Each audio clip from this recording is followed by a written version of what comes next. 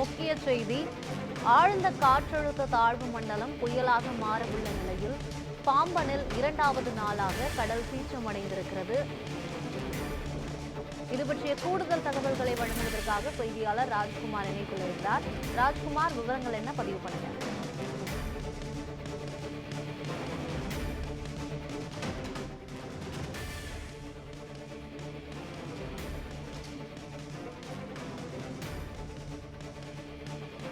நோக்கி தற்போது நகர்ந்து வருகிறது.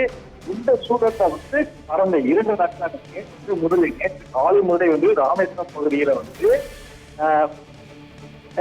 அதாவது அதிக காற்றுடன் கூடிய மழை பெய்து வருகிறது. இதன் காரணமாக பாம்பன், தனுஷ்கோடி, மண்டபம் உள்ளிட்ட தனித்தமனம் உள்ளிட்ட பகுதிகளில் தற்போது அதாவது அதிக காற்றுடன் கூடிய கனமழை பெய்து வருகிறது.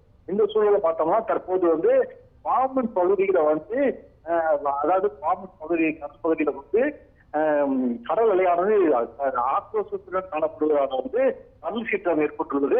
இதன் காரணமாக அதாவது கடலோர பகுதிகளில் வசிக்கக்கூடிய வீடுகள் மற்றும் மரங்கள் தற்போது சேதமடைந்து வருகிறது.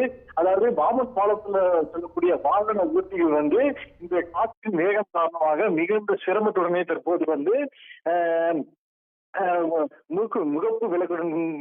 முகப்பு விளக்குடன் தற்போது பயணித்து வருகின்றன. அதே போல தனுஷ்கோடி கடல் பகுதிகளிலும் தற்போது கடல் சீற்றம் காரணமாக அந்த பகுதியில குறிப்பிட்ட வாகனங்களை தவிர மற்ற வாகனங்கள் எதுவும் அனுமதிக்கப்படவில்லை. அதே போல இந்த கடல் சீற்றம் மற்றும் காற்று மற்றும் கடல் சீற்றம் காரணமாகவும் ராமேஸ்வரம், பாம்பன், மண்டபம் உள்ளிட்ட பகுதிகளில் மீனவர்கள் யாரும் கடலுக்கு செல்ல வேண்டாம் எனவும் தற்போது மீன்வளத்துறை சார்பாக நேற்று முழுவதும் அறிவுறுத்திருக்காங்க. இந்த புயல் தமிழகத்தை நோக்கி தற்போது நகர்ந்து வருவதன் காரணமாக பாம்பன் பகுதியில தற்போது கடல் சீற்றமானது மிகுந்த ஆக்ரோஷத்துடன் காணப்பட்டு வருகிறது. இதன் எதிரொலியாக அந்தந்த பகுதி அந்த கடற்கரையோரம் உள்ள பகுதி மக்களை பாதுகாப்பான இடத்திற்கு செல்லுமாறு மாவட்ட நிர்வாகம் சார்பில் தெரிவித்திருக்காங்க. அதாவது நேற்று முதல் தற்போது வரை ராமநாதபுரம் மாவட்டத்தில் பல்வேறு பகுதிகளில் மழை காற்றுடன் கூடிய மழை பெய்து வருவதால் இன்று பள்ளி மற்றும் கல்லூரிகளுக்கு விடுமுறை அளித்து மாவட்ட நிர்வாகம் சார்பில் தெரிவிச்சிருக்காங்க.